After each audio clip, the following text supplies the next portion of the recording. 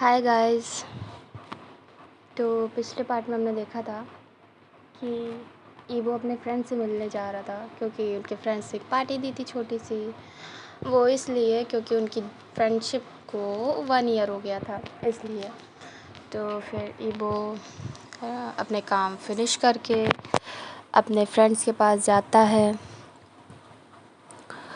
Party करते हैं, ये लोग खूब मस्ती करते हैं, एंजॉय करते हैं, घूमते फिरते हैं, रेस्टोरेंट वगैरह में जाते हैं, अच्छा खाते हैं, खूब मतलब बहुत मज़े मस्ती करते हैं। ईवो का नेचर बिल्कुल एक बच्चे की तरीके था, मतलब कि जब वो खेलने कूदने या फ़न करने पे आता था तो उससे अच्छा तो बेस्ट कोई नहीं था।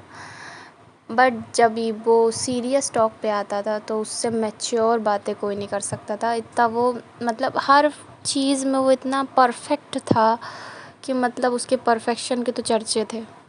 मतलब कि ईवो कभी-कभी उसकी बातें ऐसी होती थी कि लोग उसकी एज को देखते थे और उसकी बातों को, मतलब कि उसकी एज से बिल्कुल डिफरेंस था उसकी बातों का, क्योंकि वो बिल्कुल मैच्योर बातें करता था। मतलब लगता ही नहीं था ये इतना कम एज का बंदा है, मतलब इतना कम एज का है बॉय और इतनी अच्छी और इतनी इंटेलिजेंट बातें कर सकता है। मतलब किसी को समझाना हो या अपनी बात किसी को अच्छे से एक्सप्लेन करनी हो, किसी की समझनी हो, तो वो उस चीज़ में बहुत अच्छा था। कब कहाँ उसको स्ट्रांगली बिहेव करना है, कब कहाँ उसको सॉफ्ट होना है, ये उसको अच्छे से पता था। उसको अपनी बात रखना बहुत अच्छे से आता था और इसी चीज़ के मतलब उसका एक एक अपना ही ऑरा था जो बहुत स्ट्रॉन्ग था। उसके इस ऑरे से ही मतलब काफ़ी लोग उससे अट्रैक्ट भी होते थे और काफ़ी लोग उससे डरते भी थे। गर्ल्स को वो बहुत अट्रैक्टिव, मतलब बहुत अच्छा लगता था, बट वो कभी जाने की तो हिम्मत कर नहीं सकती थी क्योंकि जो हमारे ईवो का जो ऑरा था वो बिल्कुल डिफरेंट था। मतलब उससे ईज़िली बात करना इम्पॉसिबल था, उसको समझ पाना इम्पॉसिबल, क्योंकि इतनी ईज़िली वो किसी की समझ में नहीं आ सकता था। हाँ, जो उसको अच्छे से क्लोज़ली जान सकते थे, मतलब जो उसे उसकी हर चीज़ को पहचान जाए, उसके गुस्से को, उसके प्यार को, उसकी सैडनेस को, उसकी हैप्पीनेस को, बस वही उसको अच्छे से जान सकते थे। अगर उसे बाहर का कोई बंदा देखेगा तो उसको वो रूड, एरोगेंट, मतलब एटीट्यूड वाला ही इंसान बोलेगा। बट अगर कोई उसे क्लोज़ली जाने कि अच्छे से जाने तो उसे वो बहुत ही डिसेंट और बहुत ही मतलब बहुत ही प्यारा इंसान लगेगा, बहुत क्यूट, बहुत इनोसेंट। तो उसको समझने के लिए उसे बहुत गहराई से जानने की ज़रूरत थी। हमारा ईवो ऐसा है, ठीक है। तो ईवो अपनी पार्टी एंजॉय करके वापस आता है। उसके बाद नेक्स्ट डे उसके शूट वगैरह रहते हैं, शूट चलते हैं, जो भी होता है।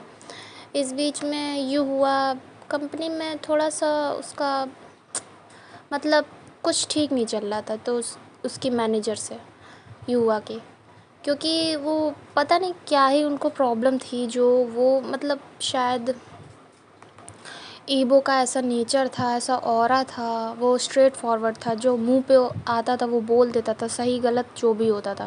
वो ये नहीं देखता था सामने कि इंसान कौन है, उसको किसी का मतलब बटरिंग करना नहीं आता था। उसको बस सीधा सीधा था कि अगर ये गलत है तो फिर उसे बोल दो।